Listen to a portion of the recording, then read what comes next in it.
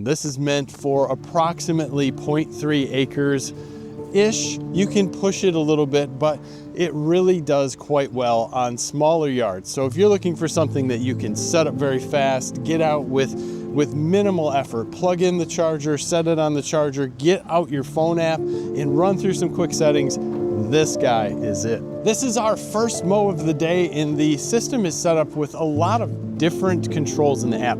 I have this set up to mow the perimeter first. You can see it just made a little bit of an error right there, and it's gonna come back and fix that. And that's one of the things I really like about this AI type of lawnmower. It really understands what's happening, how do I get around areas, and then it looks at different things that it finds in the yard, marks them out, and makes sure that it avoids them in the future if it still feels that they're there.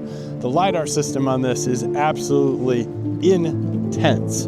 I mean intense. It's seeing well beyond the fence and well beyond the area that it's set into, just to make sure that it does the proper job.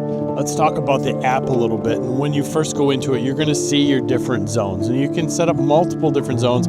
I only have a zone A set up in mind because this is a fairly large area inside a fence with some pretty thick grass. So I want this to continually cut this to keep it looking very good. And you can see this LiDAR system that they have outlines in green my zone. And outside that, this LiDAR system is looking through this fence that is open and can see the trees that are around it. You can see a lot of the bushes that are there, the concrete, the tables, the chairs. So the LiDAR system is pretty intense as far as what it will look at. You can tell at the bottom that the last time we mowed was Thursday at 1400, and it's mowed so far 5,072 square feet, which is pretty interesting. If we look at the work log, we're gonna see there was an error today, but that error is only because I was updating it and I was trying to get it to start to come out,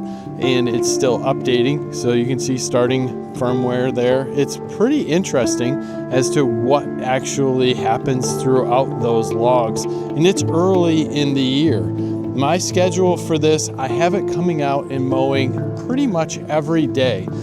There's been a lot of rain, so there is a lot of grass growing. I can tone that back as the rain stops. And this area is fairly thick grass, seems to grow quite quickly, and I want the razor blades that are on the bottom of this to keep this grass cut. Remember, this is meant to cut. The Sunseeker Elite X4 are for techie people who really don't want the headaches. You want simplistic tech, and I think that's something that this brings to the market in a razor blade style lawnmower.